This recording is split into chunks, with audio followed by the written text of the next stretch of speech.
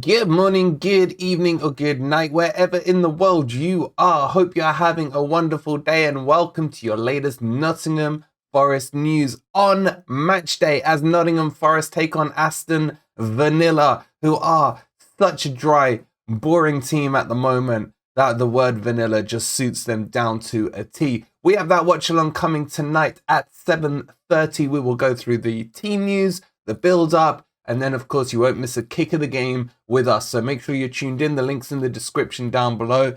Go hit the notify me button right now so you don't forget. But how could you forget? In today's video, guys, we are going to be talking about, is Steve Cooper too soft? We'll discuss what I mean by that in a second. We'll be talking about Steven Reid as well and the impact, or him not being there, has had on Nottingham Forest. And an update on injuries where we may see our beloved centre-back returning tonight, maybe on the bench, maybe to start.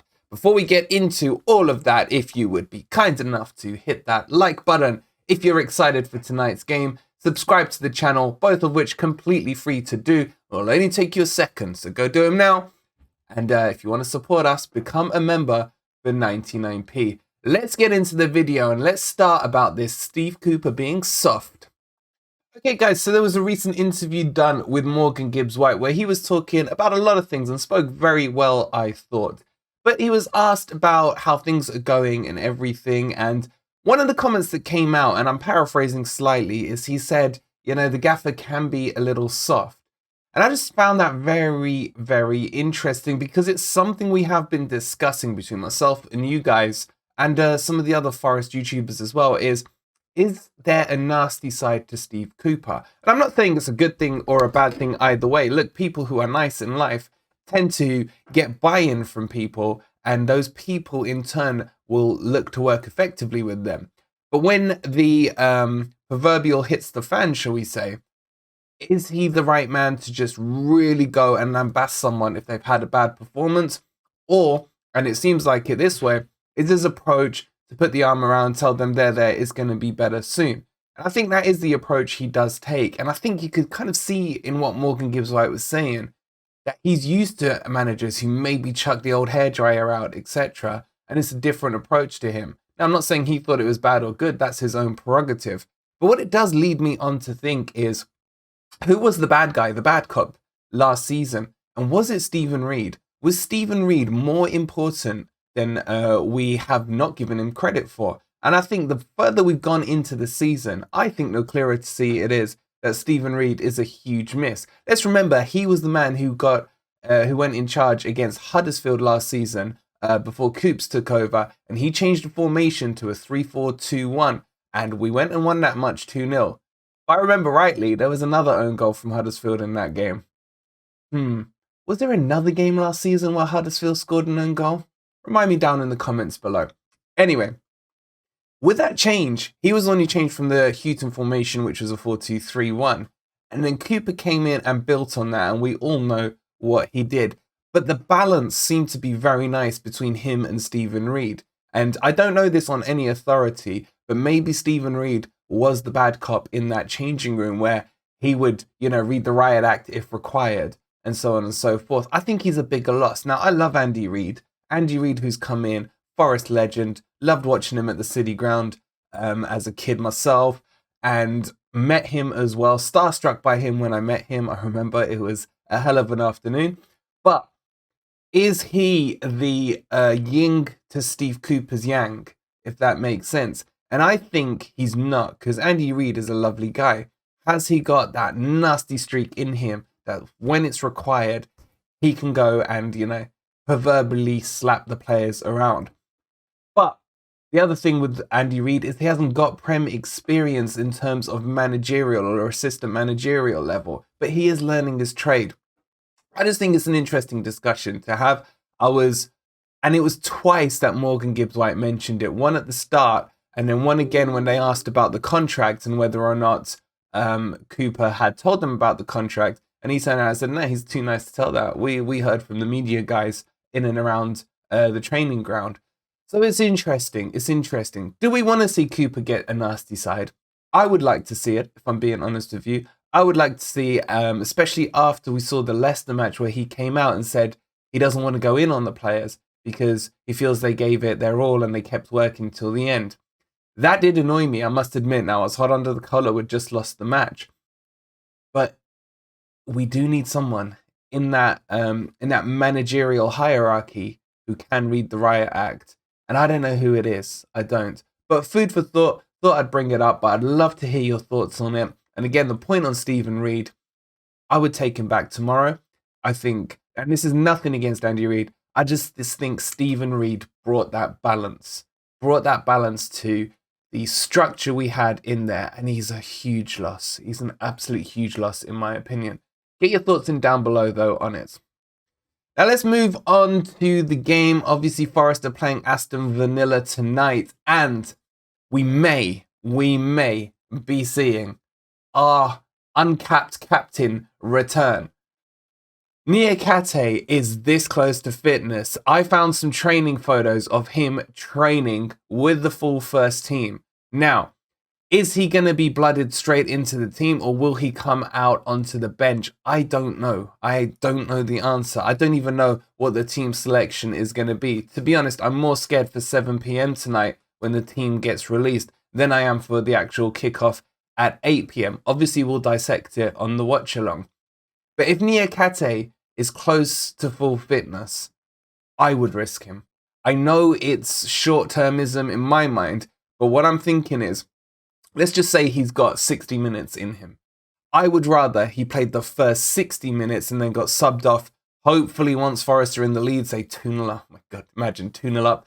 And then you can take him out of the firing line and bed him back in again into the Wolves match. I just think he would have a better impact from the start of the match. The lift that it would give us as fans to see him come back out. Look, we've already got the lift coming from Cooper signing his contract. The atmosphere is going to be unreal tonight at the City Ground. You add into that Niakhate coming back in. Look, Mangala, I reckon, is going to start tonight as well. He's fit enough to start, and I don't think Cooper can risk not playing him. But if Niakhate comes back into that team, I, for one, am going to feel a whole lot more confident. Him and Mangala back in the team nearly puts us to a full-strength squad. Yes, there are a few niggles here and there. Omar Richards still about a week or so away from joining full training. Colback apparently has an injury, but I don't care. I don't expect to see Colback in any matches, so I wouldn't class him as a first-team player, although he did get in ahead of O'Brien in that fateful match against Boringmouth. But with Niakhate back and Mangala back, Steve Cooper should now have a good idea of who his starting 11 should be. And for me, those are two of the first 3 names that go on the team sheet. Do you guys agree with me or not? But it is a risk. The only reason I would be prepared to take that risk is because we need a result. And we are more likely to get a result with Niakhate in the team than without him. And also on top of that, there's only about 5 to 6 weeks left before we break up to the World Cup. Yes, there's a lot of games coming up, but these next 2 games are must-wins. They really are. The reason being, after that we got Brighton, Arsenal and Liverpool. I think I've got them in the right order. Realistically, we cannot go into those games without a win, either against Aston Villa tonight or Wolves next week. Otherwise, we're looking at a 7-game loss streak going into 3 tough matches where we could potentially end up 10 L's in a row. That's a hell of a lot of L's. We have to put all out tonight to win this match. And it's more important than the Wolves match. Why? Because it's more likely we can win this one because we are at home. Villa are struggling with injuries. Villa have been playing a very compact, back to basics style of football to get themselves clean sheets and get themselves back into the rhythm of playing the game. Villa are, in my opinion, going to try and come out and play a bit of football today because they have to, because they're going to see this as a must-win for them as well. So I think there will be spaces at the back. And Villa's defence has actually been pretty solid. Where they've struggled is up front and in the goals department. So I would expect a semi-open game. It all depends really on how Forest defend. Will they defend well as a team? Will the defensive line be, the correct position up the pitch? Will the players be where they should be, as we've discussed many times? But this one's a big one, guys, and there's no point in underdressing it. It's huge. It's huge. 3 points here sets us up nicely for the Wolves game, who are struggling as well. I'm way ahead of myself here, but if we get 6 points from these next 2 games, we can go into the Brighton match with momentum. They've just taken an L against Spurs. It was a boring match. It was very dry. They're under new management. Is their tide shifting slightly? And then we go into Arsenal and Liverpool. And we always beat Arsenal. And Liverpool are on the right. Look, there's a lot to discuss, and we will get through those throughout the next few weeks, of course. But the point still stands. Tonight is huge. Tonight is must win. Do you agree with me or not? Or do you think we can afford a draw or even another L against our name? Let me know down in the comments below. And just finally, one last thing on the team news. Now, Forest have put a few pictures out today teasing us with the likes of Aurier, Dennis and Mangala on the cover of these photos. Now, does this mean at all that they will be starting? I hope so. I really do. Look, I would love to see us go to a back 4. I'm more optimistic that he might do it now than when I did the preview video the other night. If you haven't seen that, go ahead and watch it. I'm sure the link is somewhere here that you can click on.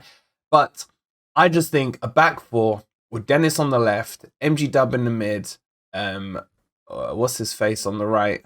Because Brennan Johnson on the right, and then Awoni up front with an O'Brien and a Mangala in the sitting 2 would be beautiful. Or if you wanted to go a step further and go for a 4-3-3, where you've got O'Brien and Mangala with Freuler in the middle to pack that midfield out with the 3, then maybe MG Dub on the left, Dennis on the right, or the other way around, Awoni up front, or Jono up front. I think that could work as well. But then it would be down to personnel selection in the back 4. Look, this back 4 or back 5 or 3, whatever you want to call it, is a huge issue. There's no point in ignoring it. We've conceded so many goals, especially in the last 4 or 5 matches. We're shipping away a minimum of 3 goals a game at the moment, which is not on. You'll never win a match doing that. He has to make sure Cook is nowhere near the lineup. I would still look at Bidet and Biancone, Aurier and Lodi as options. Those can get us a result because they have pace. Put them in a back 4. You can play a higher line, puts pressure on Villa, and who knows, roll the dice. What I do want to see tonight, more than anything, is passion and a care for the shirt. There's a way to lose, and it's not the way we did it against Leicester City. We have to go out. We have to feed off. My God, I'm getting so up for it that words won't come out. We have to feed off the noise of the crowd. We have to go in for strong tackles, win the ball high up, crisp, fast passing, nice interplays, and then take your shots when you get them and damn well bury them. Because something MG Dub said, and he's right, you don't get many chances in the Premier League, but when you do, you better make sure they do count. Let me know your score predictions down below.